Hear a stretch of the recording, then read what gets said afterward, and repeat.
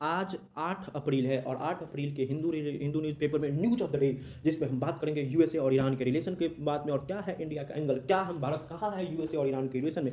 The relationship United state and Iran historically mark hostile, हमेशा से लड़ाई झगड़ा मिसट्रस्ट नेगोशिएशन में ही चला था। रूट टेंशन सबसे पहली बार जब ईरानियन रिलेशन 1979 में हुआ, तब से which transform Iran into Islamic republic, जिसमें यूएसए बैक जो सपोर्ट गवर्नमेंट था उसमें ईरान अब इस्लामिक रिपब्लिक हो गया। एंड स्वेलिंग डिप्लोमेटिक टाई, और डिप्लोमेटिक टाई थोड़े से टसल हो गए ओवर द डिकेड। समय के साथ dispute over Iran nuclear programme, जिस तरीके से ईरान का गोल है न्यूक्लियर प्रोग्राम में regional influence and support of non state actor, और रीजन में उसका प्रभुत्व, और दूसरे हमास हिजबुल्ला और हौथी का सपोर्ट एक कीप टेंशन बना। हाउ ए रिसेंट डेवलपमेंट, आज हम जो देख रहे हैं जहाँ सीज फायर निगोशिएशन चल रहा है, डिप्लोमेटिक बैक चैनल चल रहा है, पर एक तरीके से हमेशा कोई ना कोई एंगेजमेंट कंफ्लिक्ट होता ही जा रहा है इन द इवॉल्विंग सिनेरियो। अब हम बात करेंगे इंडिया यूएसए ईरान में। Pakistan has begin fish mediator, Pakistan अपने आप को मेडिटर बोलना चाहता है वेस्ट एशिया के बाद। This significant pounce Pakistan military relation, ये क्यों है? क्योंकि पाकिस्तान ईरान और यूएसए दोनों के साथ एक रिलेशनशिप में है। And despite our complex geopolitical alignment, इतने सारे अलाइनमेंट होने के बाद involve meditation effort,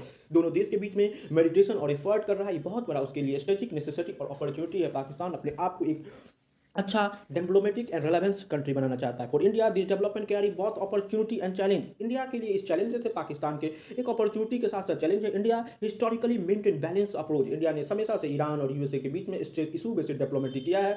Iran has important partner, Iran India का बहुत बड़ा पार्टनर है एनर्जी सिक्योरिटी में, कनेक्टिविटी में। हमारा चाबहार प्रोजेक्ट ईरान में ही है, जो हमें अफगानिस्तान के थ्रू सेंट्रल एशिया और यूरोप तक जाने में हमारे ट्रेड डेवलपमेंट इकोनॉमी के लिए बहुत ही ज़्यादा important. At the same time India strategic partner, हमारा भी स्ट्रेटेजिक पार्टनर है यूएसए में, टेक्नोलॉजी में, इंडो पैसिफिक में हमारे डायस्पोरा काम करते हैं, हमें चाहिए डेवलपमेंट, तो यूएसए के बिना नहीं हो सकता। इमरजेंस ऑफ पाकिस्तान मेडिटेटर, जो आज पाकिस्तान का रोल भर रहा है मेडिटेटर में, एक कम्प्लेक्सिटी पैदा करेगा इंडिया में। पाकिस्तान सक्सेसफुली, अगर पाकिस्तान इस काम को कर दिया, इट कुड लिबरलाइज, उसको लिवरेज मिलेगा रीजनल नैरेशन में, इंक्लूडिंग टेररिज्म सिक्योरिटी में। This is a particularly concern, यही पार्टिकुलरली कंसर्न अगर पाकिस्तान कर सकता है, वो भी इतना, जिस देश के पास कुछ नहीं, तो इंडिया क्यों नहीं? इंडिया की डिप्लोमेसी का यहाँ थोड़ा बहुत फेल्योर हो सकता है। एट द सेम टाइम और रिडक्शन टेंशन, जिस तरीके से आज टेंशन हो रहा है यूनाइटेड स्टेट और ईरान के बीच में, ये बहुत बड़ा चैलेंज है कि आज पूरी दुनिया की इकोनॉमी खत्म हो रही है, हमारी इकोनॉमी भी गिर रही है, क्योंकि एनर्जी सिक्योरिटी के बिना आपकी देश कैसे चलेगा। It will be revise stall project, हमें अपने प्रोजेक्ट को रिवाइज करना होगा जो ईरान में है, जो हमारे सैंक्शन लगे हुआ है। इंडिया मस्ट केयरफुली, हमें डिप्लोमेटिक के साथ साथ आगे बढ़ना होगा। यूएसए ईरान का रिलेशनशिप और पाकिस्तान का इमर्जिंग रोल ऑफ मीडिएटर, जो मीडिएटर का रोल है,